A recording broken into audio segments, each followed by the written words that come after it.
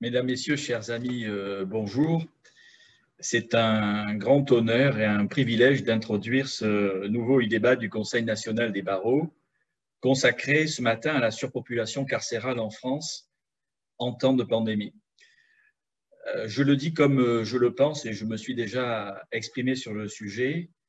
Les avocats doivent être plus présents, plus audibles, plus bruyants peut-être, lorsqu'il s'agit des prisons et de la situation des détenus en France.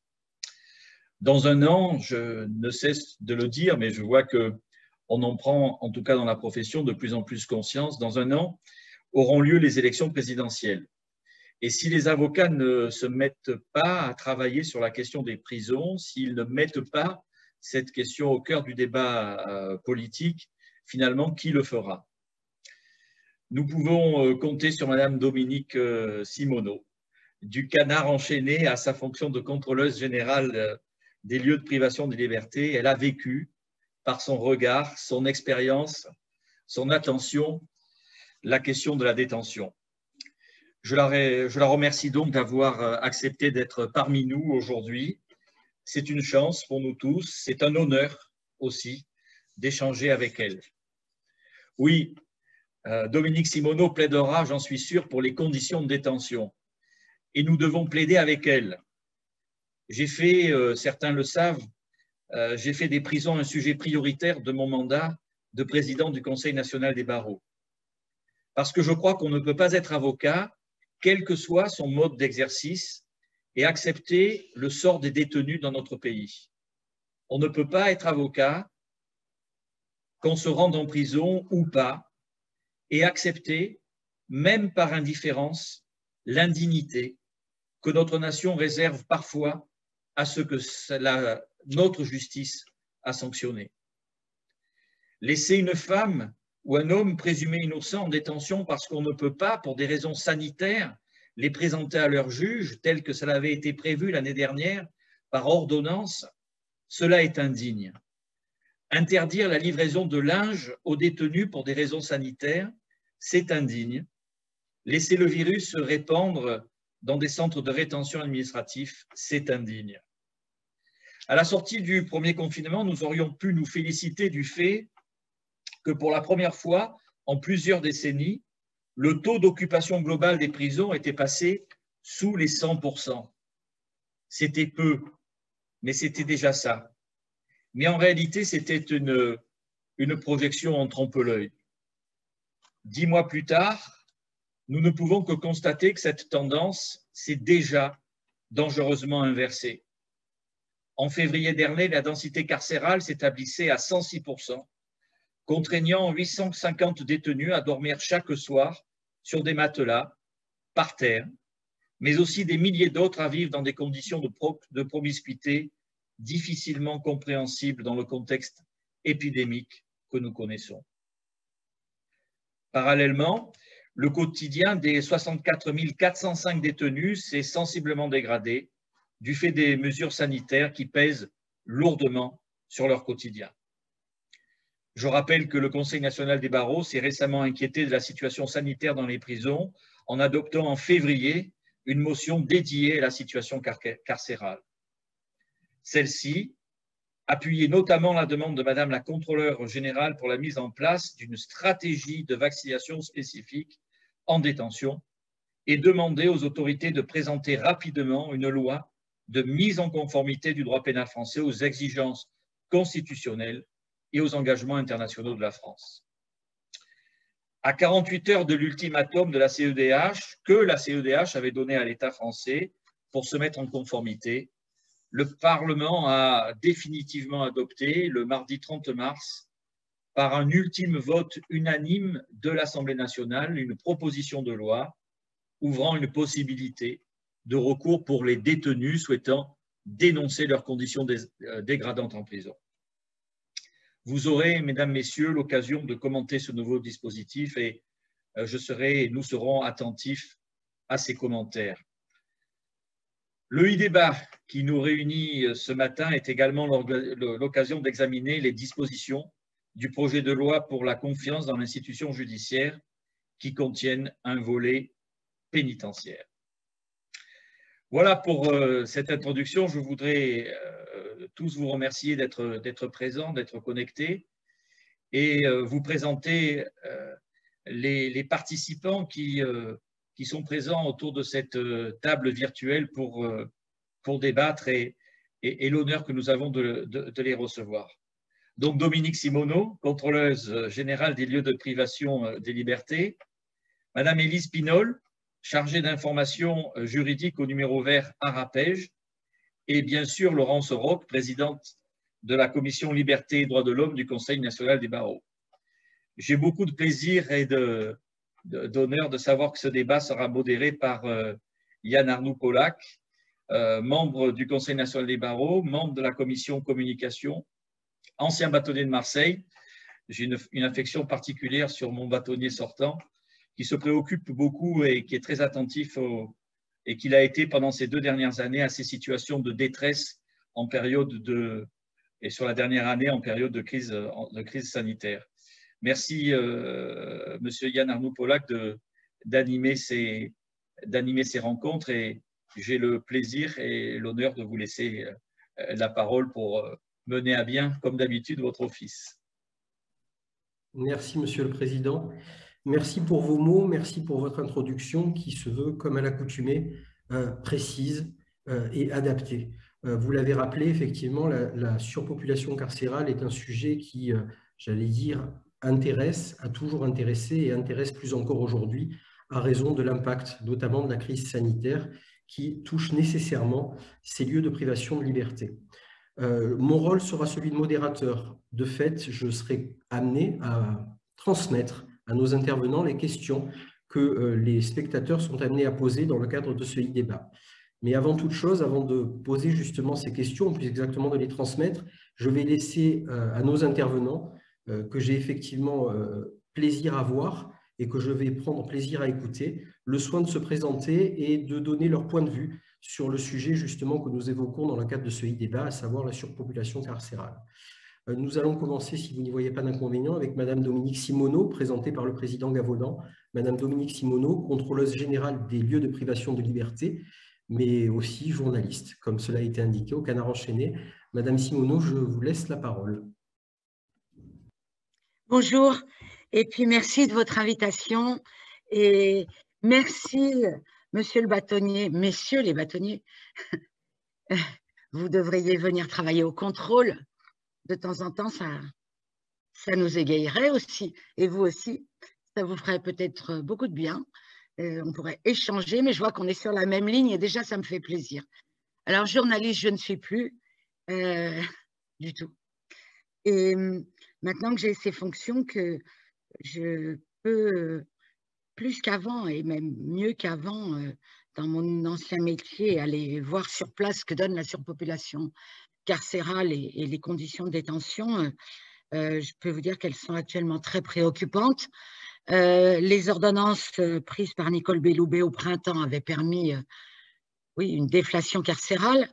Alors on nous disait on est passé sous un taux global de moins de 100%, certes un taux global, mais certaines maisons d'arrêt ne sont jamais descendues en dessous de 150 à 180%. Et là, comme l'a dit Maître Gavaudan, Monsieur le Président, c'est reparti à la hausse avec 64 405 détenus et près de 500 matelas à terre. Je me demande souvent, vraiment, dans quel pays on est pour nous être tous si doucement et finalement habitués à cette surpopulation carcérale, à cette vie qu'on impose aux détenus, puisqu'on les a punis d'une privation de liberté, mais que je sache, pas du reste. Et donc, moi, j'avais envie de proposer que les magistrats, sur leur jugement de condamnation à de la prison ferme, ajoutent « Madame, Monsieur, vous venez d'être condamné à 6 mois de prison ferme, vous allez partir les exécuter. Et j'ajoute que vous serez également confronté au risque d'attraper le virus dans votre cellule, mais également contraint de fréquenter des rats et des vermines de toutes sortes, bestioles, des punaises de lit, des cafards, des scolopendres et que sais-je, qui hantent les prisons. Vous vous rendez compte que là, on a reçu la lettre d'un détenu qui a attrapé la leptospirose, la maladie du rat, du pipi du rat.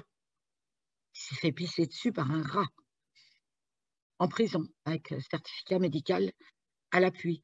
Donc, toutes ces conditions étant réunies, c'est vrai que nous, on compte énormément sur les avocats pour qu'ils s'emparent du sujet, comme nous. D'ailleurs, nous allons, mais peut-être ça fera l'objet d'une discussion plus tard, nous allons mettre à disposition sur notre site, nous sommes en train d'y travailler, des fiches sur les prisons et les conditions de détention indignes dans certaines, qui permettront aux avocats et aux magistrats de s'en saisir dans le cadre des recours, du recours qui vient d'être institué, à notre sens très insuffisant, mais bon, il existe, il a le mérite d'exister, contre les conditions indignes de détention. Merci beaucoup, Madame Simoneau. Je crois que tous les avocats ont entendu votre volonté de nous voir participer à vos côtés et je pense que c'est dans notre ADN que d'agir de la sorte. Nous le démontrons depuis de nombreuses années et nous le démontrons aussi aujourd'hui par l'intermédiaire notamment de ce e-débat. Madame Élise Pinol, chargée d'information juridique au numéro vert Arapège, si vous aviez la gentillesse de bien vouloir vous présenter, de nous faire part de votre position sur le sujet que nous abordons aujourd'hui. Je vous laisse la parole. Merci. Oui, bonjour, merci encore pour l'invitation. Donc, Élise Pinol, je travaille au numéro vert Arapège, qui est donc une plateforme téléphonique dédiée aux détenus et à leurs proches. Donc, on a 2 lignes téléphoniques. Et donc, nous, notre constat pendant la crise sanitaire, du côté des familles notamment, il est double. Donc, on a eu part de beaucoup de difficultés concernant le maintien des liens familiaux des personnes détenues et d'un accroissement de la charge mentale pour les familles. Donc, on reviendra dessus, mais avec la fermeture des parloirs ou des mesures de distanciation physique et la peur des détenus auxquels ont dû faire face les familles. Donc, nous, notre action, elle s'est vraiment concentrée auprès des familles à rassurer et à expliquer en fait quels étaient les protocoles sanitaires qui ont été mis en place en détention, quels sont les droits des détenus et voilà, c'était vraiment un rôle d'information et de recouper les informations des différents établissements aussi qui n'avaient pas tous les mêmes, qui n'avaient pas pris les mesures uniformément en fait. Donc voilà, ça a été principalement notre rôle durant cette crise sanitaire auprès des familles. Merci beaucoup. Merci beaucoup pour ces explications concernant l'intervention de Arapège. Maintenant, je vais céder la parole à Maître Laurence Roch, qui, outre le fait d'être avocat, parfaitement connue du monde des avocats, est également présidente, comme l'a dit Monsieur le Président Gavaudan, présidente de la Commission Liberté et Droits de l'Homme au Conseil national des barreaux. Je te laisse la parole, Laurence. Je remets mon micro. Merci Yann, et évidemment je suis ravie, même si je préférerais évidemment qu'on se voit en présentiel, je suis ravie de pouvoir échanger à la fois avec Madame Simoneau, contrôleur des lieux de privation de liberté, que j'ai aussi connue dans une autre vie et dont il faut quand même rappeler qu'elle a longtemps dénoncé aussi dans ses articles la condition de ce qu'on appelle finalement la justice quotidienne d'urgence et qui nourrit aussi beaucoup les prisons.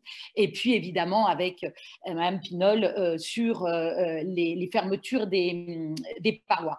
Alors, c'est vrai que finalement, l'avocat, c'est un peu, on a finalement cette chance de pouvoir rentrer dans les prisons, même si nous ne voyons évidemment qu'une partie de ces prisons-là, à savoir les parloirs avocats, on a quand même la possibilité de rentrer dans ces lieux d'enfermement qui sont en fait privés du regard extérieur. Et c'est certainement pour ça que finalement la société peut tant supporter encore aujourd'hui ce qui s'y passe, c'est qu'elle ne le voit pas et que d'ailleurs tout est fait pour qu'elle ne le voit pas.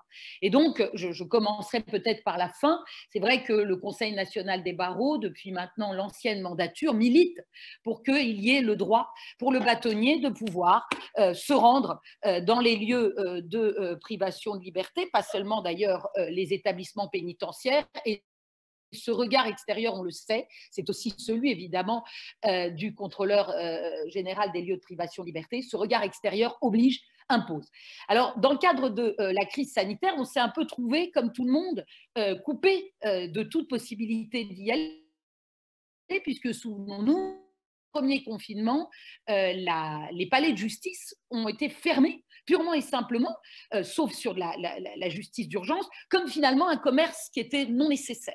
Et du coup, s'agissant des prisons, les parloirs se sont interrompus. Mme Pinol parlait des parloirs famille, mais les parloirs avocats de même, puisqu'à l'époque, il y avait la peur de la contamination, et plutôt que de résoudre ça à l'intérieur, et notamment, et j'y reviendrai, par exemple, un encellulement individuel, plutôt que de continuer à laisser en effet cette surpopulation carcérale devenir de la dynamite sur la circulation du virus, il avait été prévu qu'on attaquait sur les liens familiaux et les droits de la défense. Les avocats ont été en pointe pour faire des recours à ce moment-là, mais pas seulement d'ailleurs les avocats, avec évidemment l'OIP ou le syndicat de la magistrature, pour demander à ce qu'il y ait des mesures qui soient prises s'agissant évidemment de la compatibilité entre la crise sanitaire et les droits de la défense, et notamment, par exemple, on avait demandé la mise en place, même si on n'y est pas favorable en principe, mais là, c'était impossible de faire autrement, de téléphones gratuits pour téléphoner à la famille ou aux avocats, ou de visioconférence.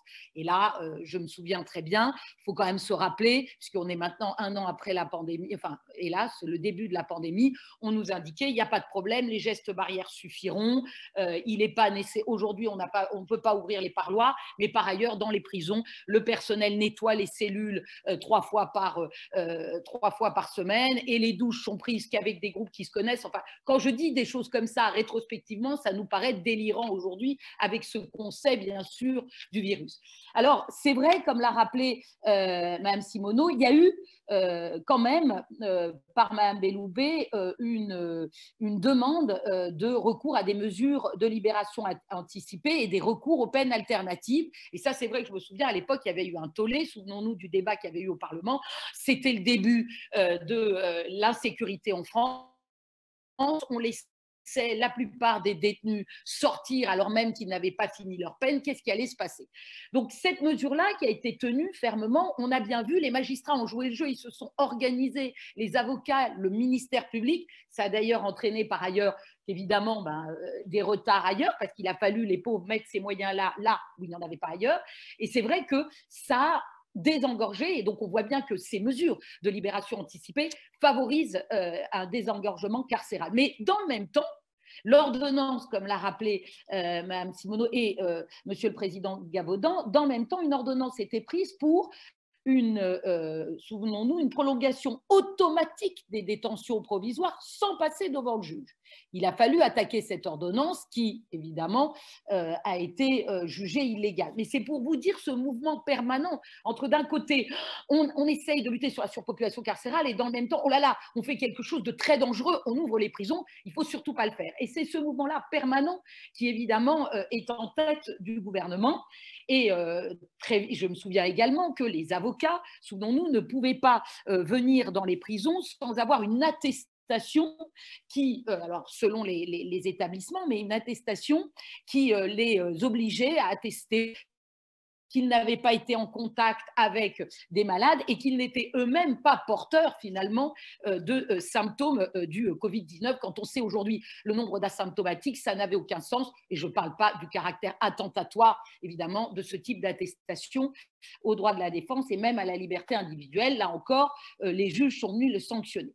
Deuxième confinement, là par contre, comme l'a dit Mme Simoneau, la surpopulation carcérale est à nouveau à son comble, et par contre, nous n'avons plus ces mesures finalement d'alternatives aux peines et de libération anticipée. Donc le virus va galopant, puisque je rappelle qu'aujourd'hui, la condition générale des détenus, c'est quand même 2-3 en cellule, des matelas par terre, pas de rabat sur les toilettes, quand on sait comment le virus se propage, une absence totale d'intimité, évidemment, toutes les conditions d'hygiène qui vont avec et qui sont déplorables, et le fait qu'aujourd'hui, on ne contracte pas que le Covid en prison, mais un certain nombre d'autres maladies qui avaient disparu aujourd'hui en France. Alors, comment lutter contre cette surpopulation carcérale? Comme la France ne s'y était jamais intéressé. La Cour européenne des droits de l'homme l'y a obligé dans un arrêt du 30 janvier 2020 où 27 détenus avaient saisi la Cour européenne des droits de l'homme contre 6 établissements pénitentiaires compte tenu de leurs conditions indignes. La Cour européenne a dit 2 choses. 1, il faut que les détenus puissent avoir une voie de recours pour à tout le moins qu'un juge vienne sanctionner les conditions indignes qui sont pour la Cour européenne des traitements inhumains et dégradants. Donc, quand on dit traitement inhumain et dégradant, il faut savoir que les traitements inhumains et dégradants, c'est quand on encourt, par exemple, un risque mortel. C'est vous dire l'importance et la gravité de cette indignité pour la Cour. Mais la Cour a également prévu que la France doit avoir des mesures efficaces et des mesures générales sur sur la surpopulation carcérale pour lutter. Donc, depuis, la France a été tenue, puisque le Conseil constitutionnel a imposé un délai au 1er mars 2021, on n'est pas complètement dans les clous, mais presque, la France a donc adopté, là, in extremis, une loi pour lutter contre les conditions indignes. Alors, donc je trouve que cette loi est improprement appelée parce qu'elle n'est juste qu'une voie de recours permettant aux détenus éventuellement de faire juger des conditions indignes, mais ce n'est certainement pas la loi qui réglera les conditions indignes. Et peut-être que dans le cadre du débat, nous serons amenés à parler, puisque Mme Simoneau l'a dit et je partage son point de vue, c'est une voie de recours, elle existe et tant mieux, mais elle est certainement insuffisante, ne serait-ce que dans les conditions de mise en œuvre de cette voie de recours. Et c'est vrai que le Conseil national des barreaux avait là proposé des amendements qui n'ont pas été retenus, mais rien n'empêche évidemment aux avocats de continuer la bataille. Merci beaucoup Laurence pour ton intervention. On a reçu un certain nombre de questions dans le cadre de cet e-débat, même avant le e-débat, et beaucoup de questions tournent sur le même objet, ont le même objet, en l'occurrence la surpopulation carcérale et l'impact de la Covid-19. Alors, je vais essayer de résumer, mais on sait qu'au 1er janvier 2021, la direction d'administration pénitentiaire faisait état de 62 673 personnes en détention, soit 2000 prisonniers de plus que ce qu'il n'y a de place opérationnelle. En fin janvier 2021, Madame Simoneau, vous avez alerté, en votre qualité de contrôleuse générale des lieux de privation de liberté, le garde des Sceaux pour l'alerter sur la progression inquiétante de la Covid-19 au sein des lieux de privation de liberté. Récemment, le 10 mars 2021, nous avons vu via la presse qu'un foyer de 69 personnes, détenues et membres du personnel, ont été dénombrés au sein de la maison d'arrêt de Tours, ce qui a généré la mise en place du mode stop écrou, c'est-à-dire qu'en définitive, au sein de cette maison d'arrêt, on n'a plus accueilli de nouveaux détenus et les potentiels nouveaux détenus ont été renvoyés en priorité vers la maison d'arrêt de Blois et le centre pénitentiaire d'Orléans-Saran. Donc, en l'état, sachant que, et j'allais dire c'est une évidence, la Covid-19 progresse au sein des lieux de privation de liberté, quel est selon vous le meilleur mode opératoire? Quelles sont les modalités à prendre face justement à cette prolifération de Covid-19 au sein des lieux de privation de liberté? Madame Simoneau, si vous pouviez nous donner votre point de vue sur le sujet, s'il vous plaît. Alors, comme vous l'avez, merci, comme vous l'avez rappelé, le point de vue du contrôle général, on l'a fait connaître au ministre de la Justice et puis on a rendu cette lettre publique en demandant une vaccination prioritaire pour les détenus et le personnel et les mêmes ordonnances de sortie qu'au printemps. Bon, je ne sais pas si vous avez vu la réponse du ministre de la Justice, mais disons qu'il nous a répondu en gros que tout allait très bien. Et plus tard que j'étais catastrophiste ou alarmiste, je ne sais plus. En tout cas, la maison d'arrêt de Tours, aux dernières nouvelles, il faudrait que j'en reprenne, ils étaient à 100. La moitié de la prison était contaminée. Les surveillants se promènent en habit de cosmonaute, vous savez, de pied en cap avec des charlottes. Effectivement, Stop Écrou a été mis en route, à savoir que plus personne n'est incarcéré à Tours. Nous, c'est ce qu'on aurait voulu. Alors, il n'y a ni vaccination ni ordonnance de sortie, à tout le moins. On a réclamé des tests. Des tests, par exemple, pour les familles, parce que, puisque ces tests sont si simples à faire pour tout le monde, pourquoi on n'installe pas une tente à l'entrée des parloirs et qu'on teste tous ceux qui rentrent, et notamment au parloir, que ce soit les avocats, que ce soit les les visiteurs, la famille, les proches, ce qui permettrait d'enlever ces horribles plexiglas qui font que les parloirs ressemblent à des… puisqu'ils sont tous alignés les uns à côté des autres, les gens séparés par un plexiglas, ça donne des hurlements pour se faire entendre. Donc, je trouve la réponse des autorités totalement insatisfaisante. J'ai du mal à comprendre pourquoi nous ne sommes pas, que ce soit vous, nous, le syndicat de la magistrature, l'OIP, l'association A3D, enfin, on est quand même beaucoup à réclamer ces mesures et on continue à faire comme si ça n'existait pas. Je dois dire que dans les prisons, les activités sont énormément restreintes. Déjà que le travail, la formation étaient rares, ils sont encore plus rares quand ils ne sont pas quasiment stoppés. Les parloirs, vous le savez, il y a beaucoup d'endroits où les enfants sont interdits, les unités de vie familiale sont fermées. Donc, ça rend, et souvent les détenus sont à 2 à 3 par cellule. Moi, j'ai des directeurs de prison qui me disent, bah, moi, nous, on ne sait plus quoi faire, on ne peut pas pousser les murs. Donc, on est obligé, le quartier arrivant est devenu une vaste plaisanterie, parce qu'il n'y en a pratiquement plus. C'est-à-dire le quartier arrivant avec l'isolement, la quatorzaine ou la septaine, c'est impossible à mettre en route. Je ne vous parle pas des centres de rétention où je suis allée récemment en visiter un au pavillon, le pavillon des cas positifs. Je veux dire, ça fait drôle de voir plus d'une cinquantaine d'hommes passer, se frôler, sans masque, sans gel, parce que soi-disant ils le boivent, ou alors soi-disant ils peuvent le faire brûler parce que c'est inflammable, donc ce serait trop dangereux. Et surtout ça, je voudrais quand même alerter les avocats sur votre rôle à tous, puisque pour moi vous exercez un des plus beaux métiers du monde.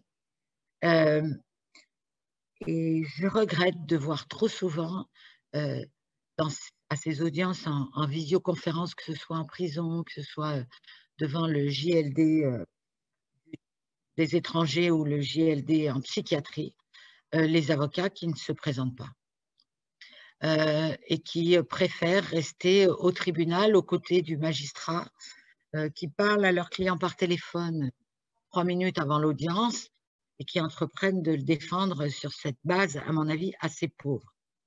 Je vais en finir. Je trouve ça, c'est très perturbant d'assister à ces audiences, si on peut appeler ça des audiences. On voit un écran, le son est crachotant et où l'avocat est aux côtés du juge au lieu d'être aux côtés du client, du patient, du client. De même que j'ai été très perturbée pendant le premier confinement de voir que dans certains tribunaux, j'étais dans la salle en tant que journaliste, la seule civile, puisque les avocats ne venaient pas en disant que les gestes barrières n'étaient pas respectés. Donc, vos clients étaient seuls dans le box. Et seuls dans le box après la grève des avocats, seuls dans le box pendant un bon moment. Donc, bon, j'en ai fini avec ma critique, mais j'avais envie de vous le dire parce que je pense que les avocats doivent s'impliquer plus qu'ils ne le font dans la défense des plus démunis, bien sûr, sans méconnaître le fait qu'ils sont pour cela bien mal payés, c'est-à-dire récompensés, c'est-à-dire, oui, le tarif des UV, je sais, a été un peu revalorisé, mais certainement, c'est insuffisant, mais disons que ça n'est pas une raison. Parce que je dois vous dire que c'est à la fois choquant pour celle que j'étais et qui assistait à ces audiences, mais pour les policiers qui sont là, mais surtout pour les magistrats, ça ne donne pas une bonne image. Voilà. Je vais m'arrêter là et vous redire l'admiration que j'ai pour ceux qui exercent bien ce métier et dans la défense pénale d'urgence notamment, qui remplit beaucoup les prisons et qui continue de les remplir, puisque là, on assiste à une remontée de 1000 prisonniers de plus par mois. Alors, je sais qu'il y a une hausse des alternatives à l'incarcération. On commence peut-être à s'emparer des magistrats. Là, il faut que vous, les avocats, vous donniez le meilleur de vous pour promouvoir ces alternatives. Merci, Madame Simoneau. Le meilleur de nous, j'allais dire, je parle pour mes confrères, on le donne au quotidien, mais j'allais dire, le dire ici, c'est peut-être pas le lieu, mais je crois que vous le savez déjà en toute hypothèse et que ceux qui nous côtoient le savent aussi.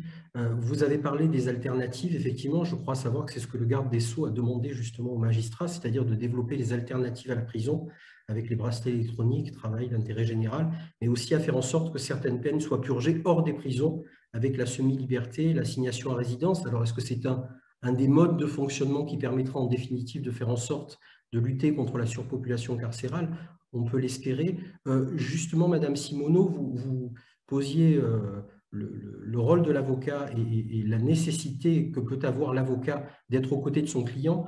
Il y a justement une question qui a été posée dans le cadre de ce e-débat, manifestement par un confrère. La question est la suivante. Certains établissements pénitentiaires ont organisé les entretiens au parloir avocat derrière un plexiglas, s'opposant à tout entretien réel, ce qui nuit à la qualité de l'échange avec la personne détenue. Aucun texte, a priori, ne prévoit cette entrave à l'entretien client-avocat. Et est-ce que, alors puisque la question vous est, j'allais dire, posée, est-ce que vous entendez vous saisir de cette question? Et si oui, comment? Madame Simoneau, s'il vous plaît. Nous en sommes déjà saisis en ce qui concerne les parloirs familles, qui sont, comme je l'ai dit tout à l'heure, absolument terrifiants à observer.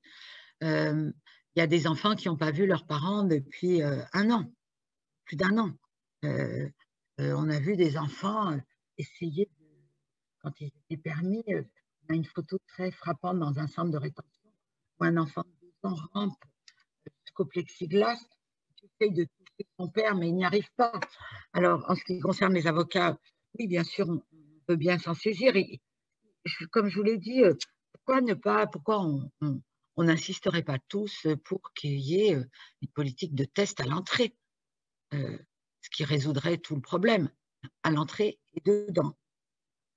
Ce qui résoudrait ce problème. Parce que si on est négatif à un moment T, je sais très bien que c'est à un moment T, on l'est à ce moment T quand on arrive en prison, ben on l'est quand on voit son client au parloir. Donc, oui, comptez sur nous là-dessus.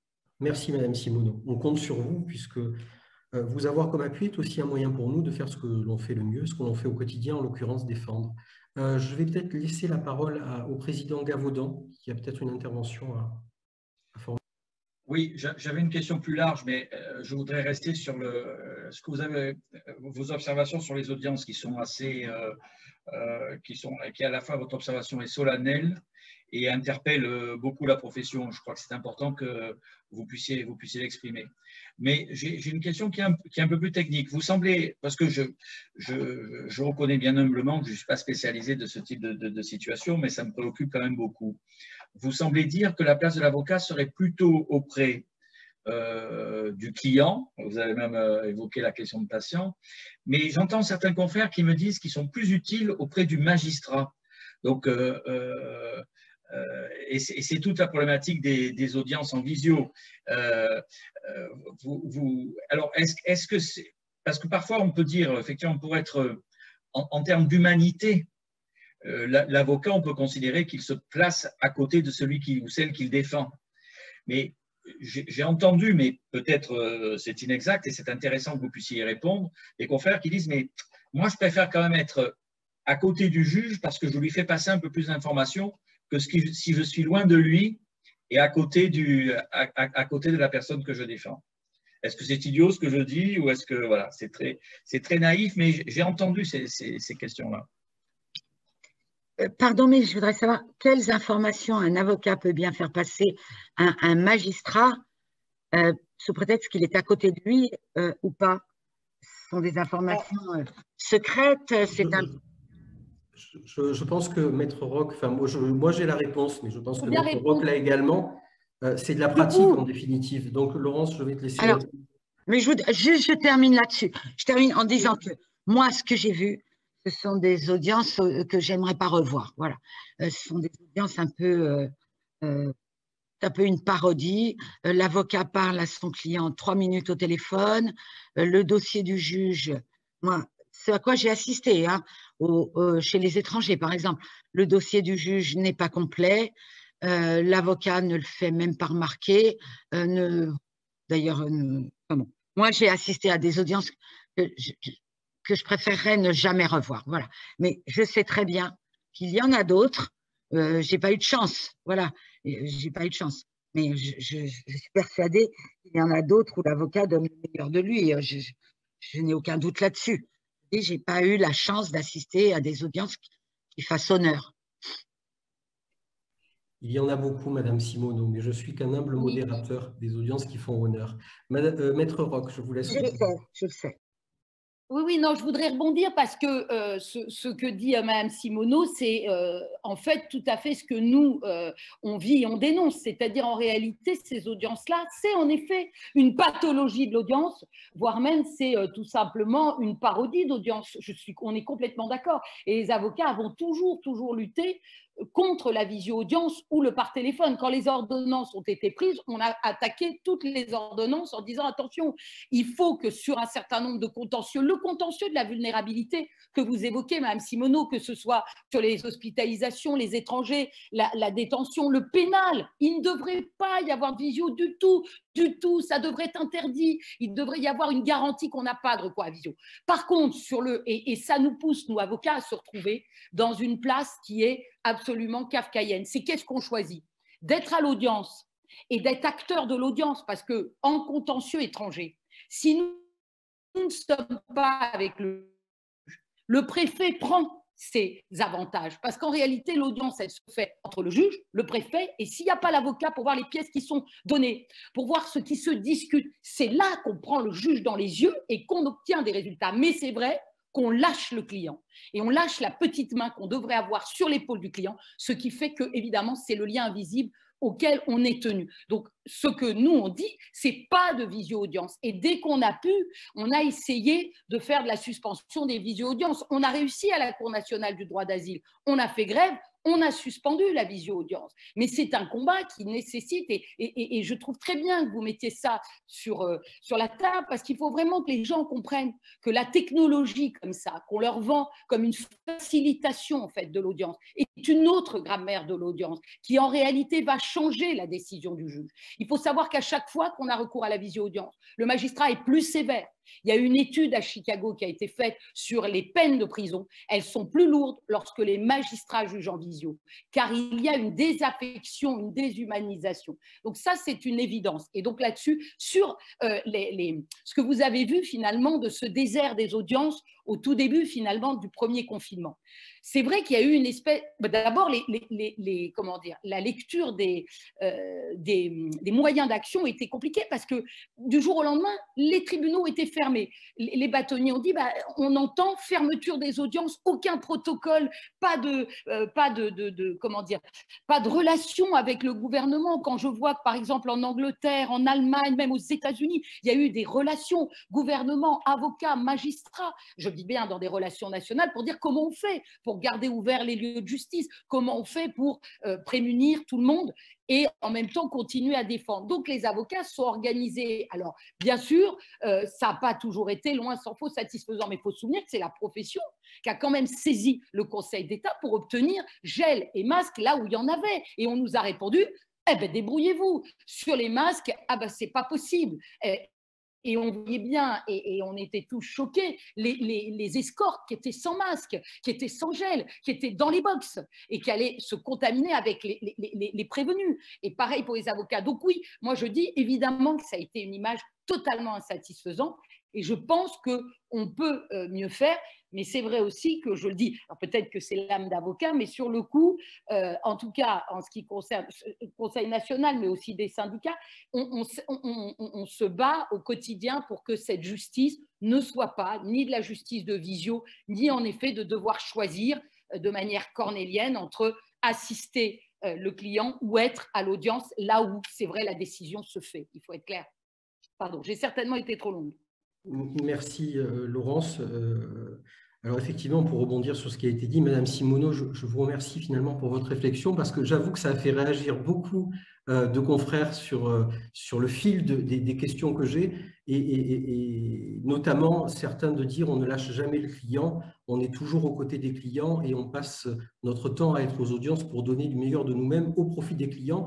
Et Laurence a raison, c'est vrai que pour revenir, et je déborde un peu de mon rôle de modérateur, mais pour revenir sur les masques, en l'occurrence, et le gel, il est vrai que le 6 avril 2020, les barreaux ont saisi le Conseil d'État, c'est-à-dire très vite après, finalement, la mise en place du premier confinement. On a évoqué, dans le cadre de notre discussion, le rôle de l'avocat aux côtés du client. Il y a aussi des questions, et là peut-être que ça concernera plus Madame Pinol, sur les familles. Notamment une question qui est la suivante: comment les familles peuvent-elles communiquer avec les détenus au vu des conditions sanitaires actuelles? Donc, Madame Pinol, si vous voulez bien nous exposer, j'allais dire, votre sphère d'intervention et votre côté facilitateur, en définitive, des liens entre famille et détenus, s'il vous plaît. Oui, tout à fait. Alors, on a vu que alors ça dépendait beaucoup des confinements. Au premier confinement, donc avec la fermeture complète des parloirs, des unités de vie familiale, voilà, il y avait vraiment zéro contact physique et en présentiel qui était possible. Donc là, c'était uniquement par téléphone. Donc assez rapidement, après le début du confinement, l'administration pénitentiaire a mis en place des 40 € de crédit supplémentaires sur les téléphones, sachant que 40 €, ça équivaut à environ 4 heures de discussion au téléphone pour une personne détenue qui appelle vers un téléphone portable en France. Donc, tout ça par mois, ce qui n'est pas non plus très conséquent. Donc ça, c'était la première mesure qui a été prise pour pallier à l'absence de parloir. Après le premier confinement, les parloirs ont repris, mais avec toutes ces mesures de distanciation physique, et notamment le plexiglas qui empêche tout contact physique, même avec les enfants quand ils sont autorisés, ce qui n'est pas le cas dans tous les établissements, effectivement. Donc, impossibilité complète de contact physique. Ensuite, on a vu qu'il y a une messagerie qui a été mise en place pour les personnes détenues. Donc, alors que normalement, ce n'est pas possible de joindre les personnes détenues depuis l'extérieur, c'est toujours elles qui doivent joindre les familles. Là, les familles pouvaient en fait communiquer avec leurs proches via ce système de messagerie vocale qui était gratuit et qui est devenu payant dans le cadre de certains forfaits. Donc là encore, ça dépend. Et voilà, ça a pas mal permis de maintenir quand même le lien en période de confinement complet, mais encore une fois, sans contact physique, sans visu. Et la dernière mesure, qui est assez récente, c'est les parloirs en visio. Donc encore une fois, la visioconférence. Mais avec tout le lot de problèmes de connexion, etc. Et aussi le fait que ces visios sont enregistrés et que donc certaines familles, par exemple, ne veulent pas que leurs enfants figurent sur les vidéos qui sont ensuite gardées par l'administration pénitentiaire.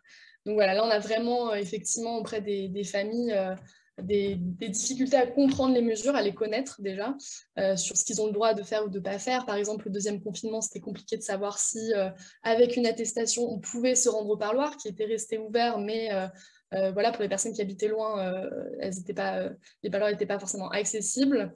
Et donc, il y a eu aussi beaucoup de découragement en fait, des familles qui, même si elles en avaient le droit, ne l'utilisaient pas ou aussi avaient peur de contaminer leurs proches, etc. Donc, il y a quand même une grosse difficulté actuellement de maintenir ces liens, avec toutes les conséquences que ça a aussi sur le vécu de la peine pour les personnes détenues, parce qu'on sait bien que c'est le principal support, soutien psychologique des personnes en détention, c'est leurs proches, c'est leur famille, et que là, actuellement, c'est quand même très compliqué de maintenir ces liens. Donc, voilà. Merci beaucoup pour votre réponse. On a aussi reçu une question beaucoup plus générale, finalement, qui est la suivante. Pour désengorger les prisons, on parle depuis longtemps de la nécessité de mettre en place un mécanisme de régulation carcérale. Que pensez-vous de ce mécanisme? Laurence, peut-être? Oui.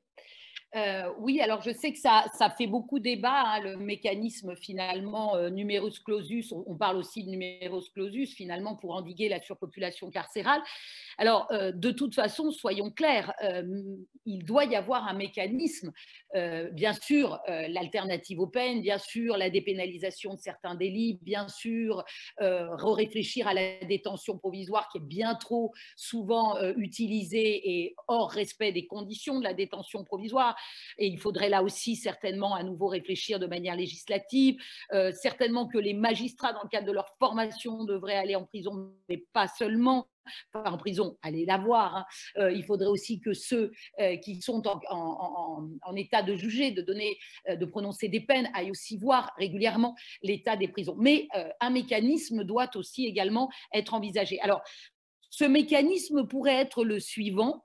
Il pourrait y avoir d'abord des places qui soient définitivement réservées, on pourrait dire un volant de place qui serait exclusivement réservé pour les nouveaux arrivants, parce que, comme l'a dit Mme Simoneau, il n'y a plus finalement de séparation avant ou autre et il n'y a pas de régime différent, alors qu'on sait bien que la prison en elle-même est criminogène, donc c'est vrai que de protéger les arrivants et d'avoir un régime spécifique devrait exister. Et peut-être le deuxième mécanisme, c'est tout simplement un mécanisme de seuil d'alerte. Lorsqu'on arriverait par exemple à 90% de la capacité de l'établissement, il y aurait à ce moment-là, dès que le seuil d'alerte est atteint, la direction de l'établissement ou le parquet aurait l'obligation de saisir le juge d'application des peines. À ce moment-là, mettrait en fait en place des aménagements de peine pour libérer des places. Donc, il y aurait comme ça, évidemment, une possibilité de privilégier des aménagements de peine. Et si ces aménagements de peine n'avaient pas été décidés, au bout, par exemple, d'un certain délai de 2 mois pour libérer la place des détenus, il y aurait une procédure balai qui pourrait être envisagée. Le détenu dont la date de libération est la plus proche bénéficierait d'une réduction supplémentaire qui permettrait de libérer la place nécessaire. Voilà les idées auxquelles on peut penser sur ce mécanisme de régulation carcérale. Mais peut-être Mme Simoneau veut compléter mes propos ou les infirmer d'ailleurs, pourquoi pas. C'est exactement ce que j'allais faire. Donc, tu as fait la transition sans que je la fasse, Mme Simoneau. À vous. Ah non, Laurence, je ne vais certainement pas te contredire. Puisque nous, on prône cette solution depuis longtemps, la régulation carcérale, qu'on lui donne le nom qu'on veut. Surtout, ne prononçons pas le nom de numerus clausus qui fait s'évanouir la moitié de la France politique. Donc, bon, cachons-le, appelons-le régulation carcérale, si ça plaît plus, mais c'est exactement ça. Il ne faudrait pas qu'il y ait plus de monde en prison qui ait de place, et c'est tout. Et quand on parle de place, il faut faire attention parce que la pénitentiaire compte en place opérationnelle des cellules qu'elle a triplées, par exemple, en y rajoutant des lits. Donc, voilà. Mais bon, ça, c'est un détail technique. En tout cas, oui. Sur le fait que les magistrats devraient se rendre plus souvent en prison, et en tout cas ceux qui prononcent les peines, notamment aux audiences de comparution immédiate. Vous savez que les comparutions immédiates sont les plus grandes pourvoyeuses de cellules, à plus de 50%. Donc, je pense qu'il devrait se faire un devoir d'y aller. Or, quand dans mon ancienne vie, une fois par an, je faisais le tour des tribunaux et le tour des prisons, pour savoir à quel rythme, par exemple, les surveillants voyaient les magistrats en prison. Réponse, jamais. À l'exception des juges de l'application des peines et parfois des procureurs qui… Voilà. Mais…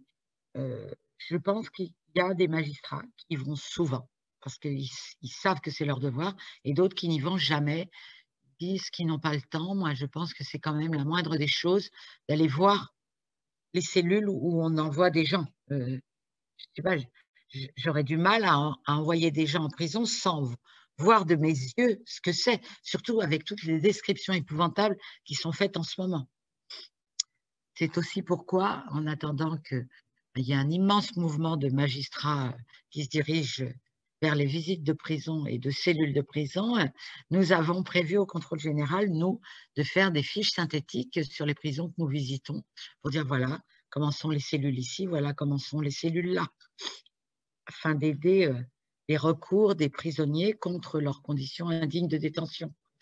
Et voilà, tout ça pour dire qu'il faudrait que ce mouvement se fasse. Nous avons demandé tout ça sans être entendu des autorités, mais j'aimerais que ça grignote sur l'opinion. L'opinion qui n'a pas si mal accueilli que ça, et même pas du tout mal, les libérations du printemps 2020.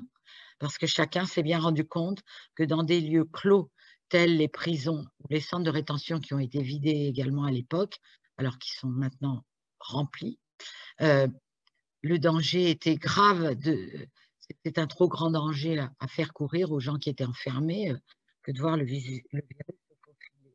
Je ne sais pas en quoi aujourd'hui le danger est moindre.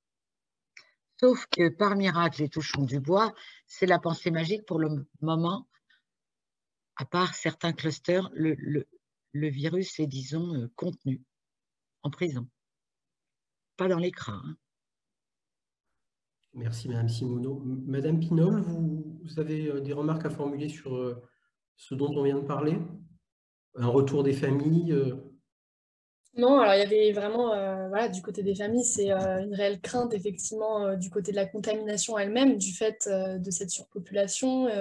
Donc, leurs proches qui sont parfois en contact direct avec deux autres détenus dans la même cellule, de savoir aussi si, en tout cas au premier confinement, cette angoisse de savoir si, oui ou non, leurs proches pourraient être pris en charge en cas de contamination. Donc, vraiment une angoisse de penser que la personne détenue passerait après les autres, en fait, aussi. Donc voilà, ça, c'est vraiment les retours des familles qu'on a mis. Ce que je veux dire, ouais, il y a une autre question, Yann? Non, parce que sinon, j'allais rebondir sur ce que disait Mme Simoneau sur les fiches qu'ils vont faire. Ça va vraiment nous être utile parce que dans le cadre du fameux recours qui est ouvert aux détenus, mais qui sera difficile à mettre en œuvre quand même, puisque c'est une saisine individuelle par le détenu, soit du juge d'application des peines s'il est condamné, soit du juge de la liberté et de la détention s'il est en préventive.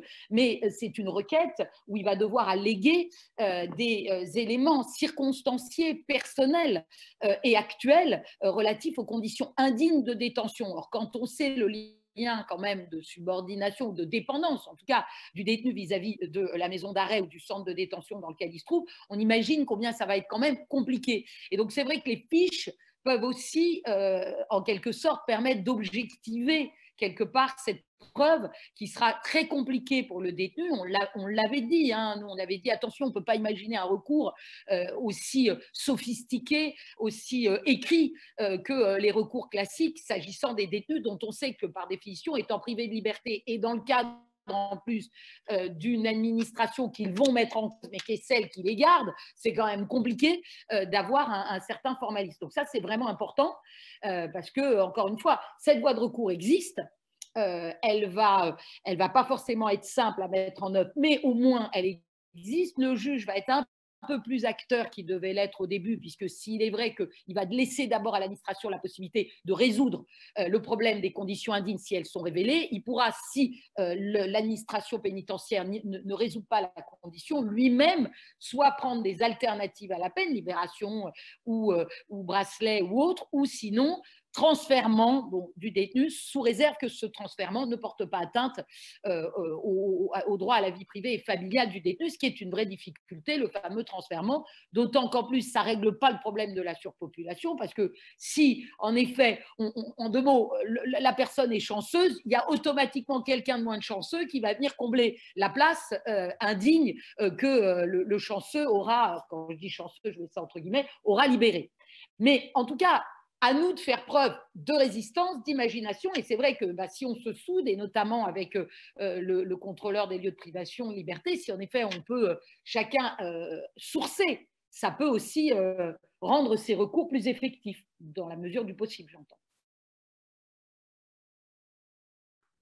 Merci. Tout à fait, parce qu'on l'a vu, nous, je peux rebondir ou vous vouliez passer la parole à quelqu'un d'autre? Madame Simoneau, rebondissez. Allez-y. D'accord. C'est pour dire que cette manière de faire ces fiches sur lesquelles on est en train de travailler, c'est pas une mince affaire de les mettre en place quand même. On a vu leur efficacité, notamment devant le Conseil d'État, où on a présenté en intervenant devant le Conseil d'État les conditions de vie à la maison d'arrêt de Nanterre, d'après nos visites et d'après également les lettres, les nombreux courriers que nous recevons. Le pôle saisine, ce qu'on appelle le pôle saisine chez nous, reçoit chaque jour. Et donc, on a actualisé notre visite avec ces notes et ces arguments ont été repris par le Conseil d'État, d'où on s'est rendu compte qu'on pouvait être extrêmement utile dans ce sens. Et je crois qu'avec ce premier pas que constitue ce début, cette loi sur le recours contre les conditions indignes, on pourra tous ensemble bâtir une sorte de jurisprudence, aider qui amènera peut-être à revoir la loi plus tard, à l'améliorer. C'est mon espoir. Merci Madame Simoneau. Je vais laisser la parole au président Gavaudan, puisque nous sommes à 4 minutes de la fin de notre e-débat. Et j'avoue avoir passé un très agréable moment en votre compagnie, sauf à ce que le président Gavaudan ne veuille pas prendre la parole. Il revient. Je prends toujours la parole quand on me la donne, monsieur Matonnier.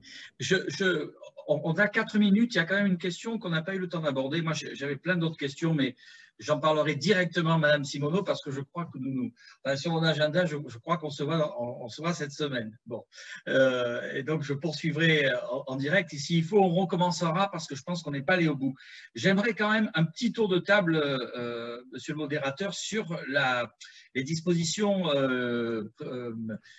incarcération de la loi qui arrive au Parlement. Et cette question alors c'est pas tout à fait le sujet, mais je crois que peut-être un petit tour de table sur la question de savoir si les remises de peine, enfin cette problématique-là, c'est une question dont vous êtes saisi. Et puis la question du recours aussi à la suite de la décision de la CEDH. Vous avez 3 minutes et je préfère vous les laisser et je prendrai que 10 secondes pour conclure. Voilà. Président, sans vouloir empiéter sur l'intervention de Madame Simoneau, effectivement, d'ailleurs, cette question a été posée par l'un des spectateurs, en l'occurrence, sur la loi à venir sur la confiance dans l'institution judiciaire et la suppression des crédits et réduction de peine et l'instauration d'une libération sous contrainte automatique aux 2/3 de la peine. Est-ce que ces éléments-là sont de nature à aggraver la surpopulation carcérale?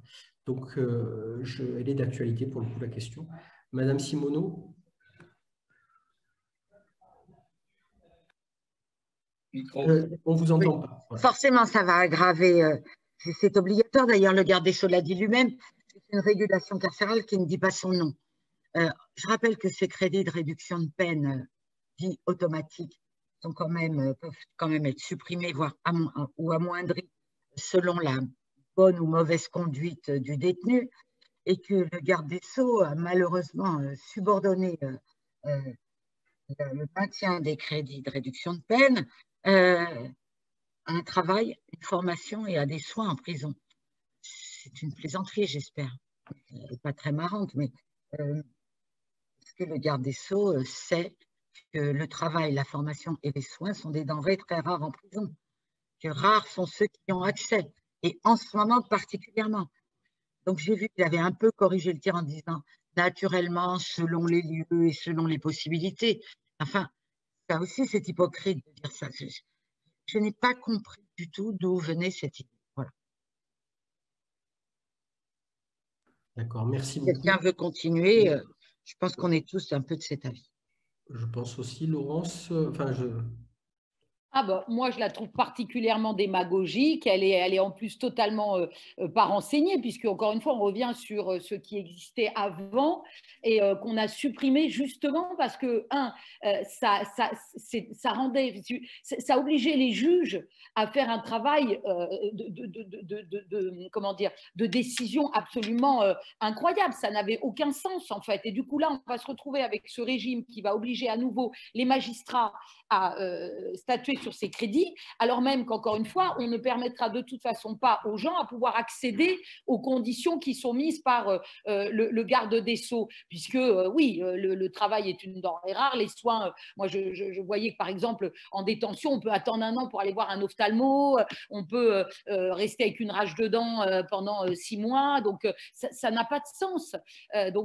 Et l'accès aux soins psychiatriques, on n'en parle même pas. Donc oui, pour moi, elle est complètement, c'est une disposition démagogique, certainement à 1 an de l'élection présidentielle.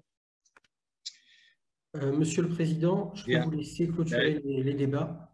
Merci beaucoup à toute votre participation. C'était particulièrement intéressant. Ça replace un certain nombre de choses. Nous avons entendu ce que vous avez dit, Madame Simoneau, à l'adresse des pouvoirs publics, à l'adresse des avocats. Je pense qu'on pourra effectivement prolonger ces débats. Parce que je viens de le dire, hein, je ne vais pas le refaire, j'ai des tas de questions qui me viennent à l'esprit et je pense que nos spectateurs, comme dit le bâtonnier Yann Arnaud Pollack, peuvent être intéressés de reprendre ce débat qui est vraiment fondamental et qui nous interpelle de toute façon, à la fois dans nos métiers, dans notre vie personnelle, dans notre façon de penser la République. Voilà, merci une fois de plus à vous tous. Et à très bientôt pour de nouvelles aventures avec un peu plus d'espoir. Parce que je veux terminer par une note d'espoir. Ce que nous faisons ici, c'est alerter, c'est d'abord prendre conscience, pas se culpabiliser, c'est pas ce qu'on veut faire, c'est prendre conscience, assumer et alerter. Et je crois que ce sont effectivement les valeurs qui nous portent et que nous avons partagées ensemble avec tous ceux qui nous ont vus et écoutés ce matin. Donc un grand merci à tous et bonne continuation et à très vite. À bientôt. Merci Monsieur le Président et merci et désolé pour les internautes, je ne sais pas si c'est le terme idoine, pour les spectateurs dont les questions n'ont pas pu être posées, mais il y en avait beaucoup. Preuve de ce que le sujet intéresse et preuve de ce qu'on est là pour aider aussi et travailler de concert les uns avec les autres. Ben, on recommencera. Avec plaisir. Exact. Avec plaisir. Ben, merci. Au revoir et merci. Merci, au revoir. Au revoir, merci.